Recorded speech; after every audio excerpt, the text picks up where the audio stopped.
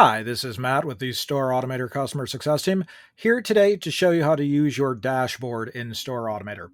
Dashboard, very valuable screen. It's where you land when you log into StoreAutomator, and it tells you a lot of information about your account.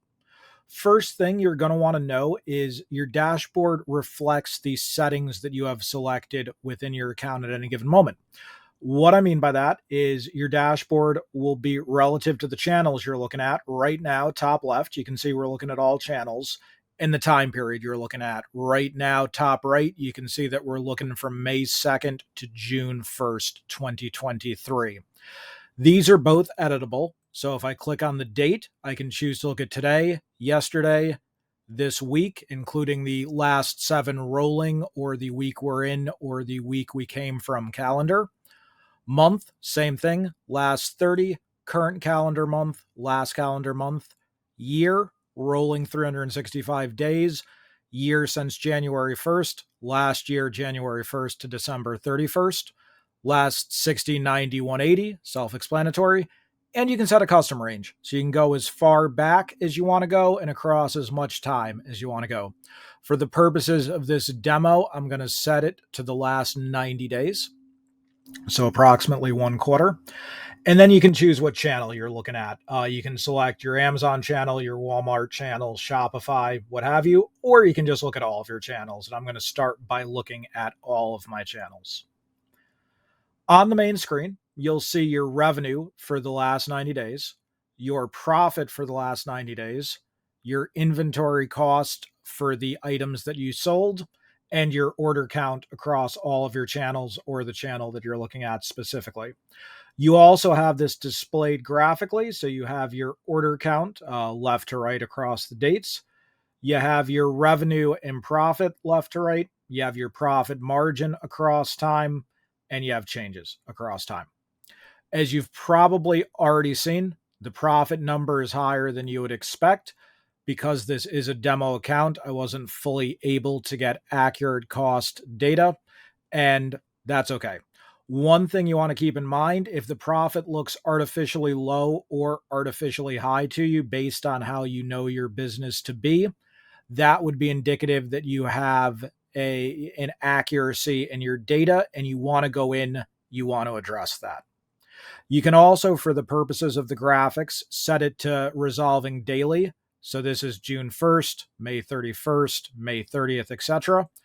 You can block that out as weekly values, and you can block that out as monthly values. And we do give you a trend line on everything as well. So you can see the trend line here, and you can see the trend line going across here.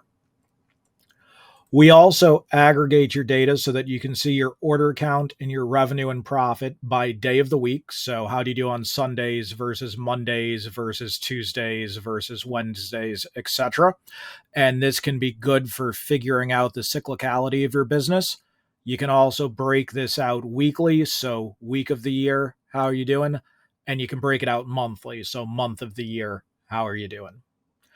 Additionally, we have your individual channel performance, and this, I think, represents the biggest opportunity in the dashboard. Because one of the things you find out when you dig in here is order count doesn't always correspond with revenue, and revenue doesn't always correspond with profit. Although in this case, revenue and profit will be pretty close for us in this demo. So on order count, Walmart is 31% of my orders, but only 20% of my revenue and only 17% of my profit. So if I'm trying to drive profits, driving orders to Walmart doesn't necessarily help me accomplish that. Equally, Amazon's 31.5% of my orders, 22% of my revenue, 23% of my profit. It holds on to its profit a little better than Walmart does, but it's not great. On the other hand, we have my big commerce, which is 35.8% of my orders, but a whopping 55.7% of my revenue and 57% of my profit in this time period. So what this tells me is that when people are ordering from my big commerce, they are ordering more items, more expensive items, and more profitable items. And so if I have the choice of where to drive the traffic of my customers, it would make the most business sense to drive them to my BigCommerce location. Obviously, Shopify is a very small percentage of my business, 1% of orders, 1.2% of revenue, and 1.3% of profit. You can see the labels on the bottom by clicking here, so you have the color as well. And you have your best sellers on the right. So these are my 20 best selling items. I can also look at that as my 10 best sellers, my 50 best sellers, and my 100 best sellers.